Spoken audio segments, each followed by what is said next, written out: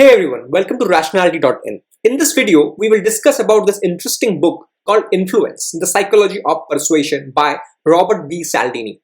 Influence is a critical operative skill for all product managers. It helps product managers to build trust, earn respect, and get collaboration from various stakeholders of software product organization. So, it is very important to understand the psychology and behavioral science behind how the influence is casted, how persuasion works. So let's get started. So let's begin with the author, Robert Cialdini. Robert is a well-known researcher and behavioral scientist. He earned his PhD in 1970 from University of North Carolina, and he is currently working as Regents Professor Emeritus of Psychology and Marketing at Arizona State University. He has done extensive research in the field of psychology and marketing, and this research reflects in his book, The Influence, Psychology of Persuasion. The book is listed by Fortune as one of the 75 smartest business books and is also considered as 50 psychology classics. According to the author, influence is the act with which human beings persuade one another into doing things which is often considered as a reflexive response without any conscious thought, reasoning, or rationality.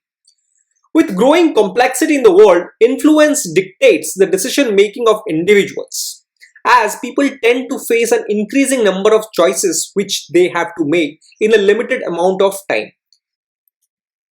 Generally, there are 6 types of persuasive appeals used by individuals or organizations for the power play of influence: reciprocity, consistency and commitment, social proof, liking, authority, and scarcity. So let's begin with reciprocity.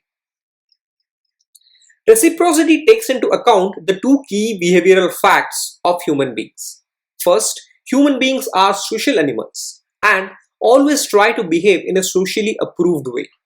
Second, humanity's web of indebtedness. Human beings tend to feel obligated to return the favor or reciprocate back when you do something for them. Reciprocation is a very powerful method of persuasion, as it generally leaves someone with 2 choices: agree to the request of the person who has done something for you in the socially approved way, or decline and face the social shaming as per the long established rules of the society. A good example is set by charitable organizations when they send small gifts along with the request for donations. Another act of reciprocation is what is called the rejection then retreat method.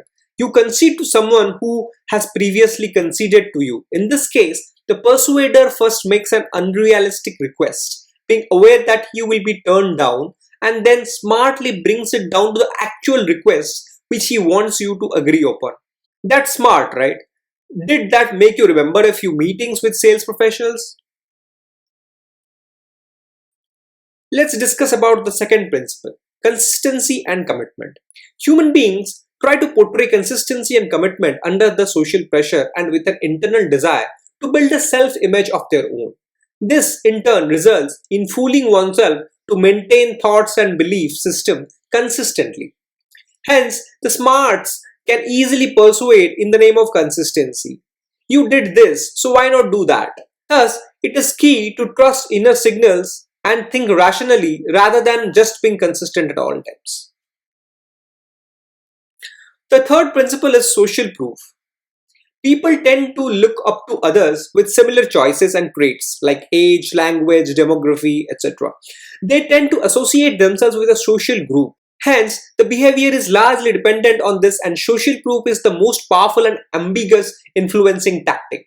Why ambiguous? Take the example of cult followers or fan following of celebrities who do crazy things for the sake of their associations. Social proof is used as a powerful tool to bias one's thought process and decision making. Take the example of the advertising domain, or for that matter, TV shows that use laugh tracks.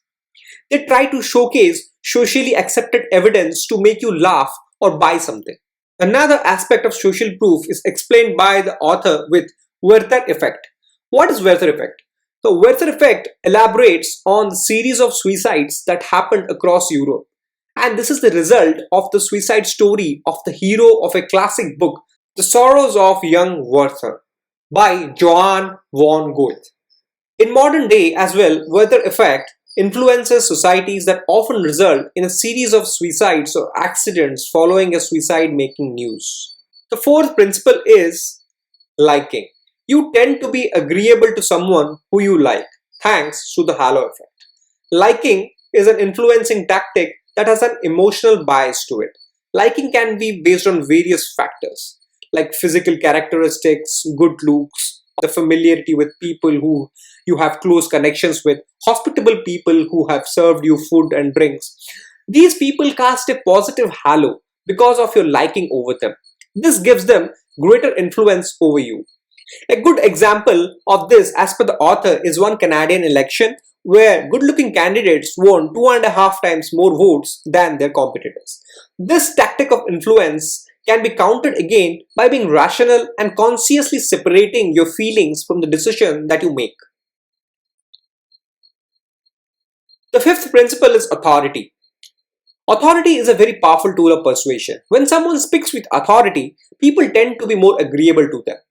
A good example of authority is aircraft flight crew, following their captain's instructions even when they make no sense.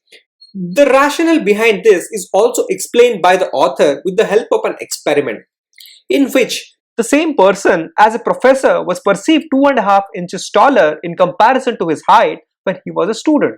So, people tend to perceive someone with authority differently, and this perception plays the trick when it comes to persuasion. Hence, it is a good idea to be aware of the impact, examine the nature of authority, and question the influence before falling prey to it. The sixth principle is scarcity. Scarce resources are always considered more appealing and valuable. Limited the supply or shortened the time frame of access, the more the demand. This is the reason why every coupon has an expiration date, implicitly urging you to use it before it expires.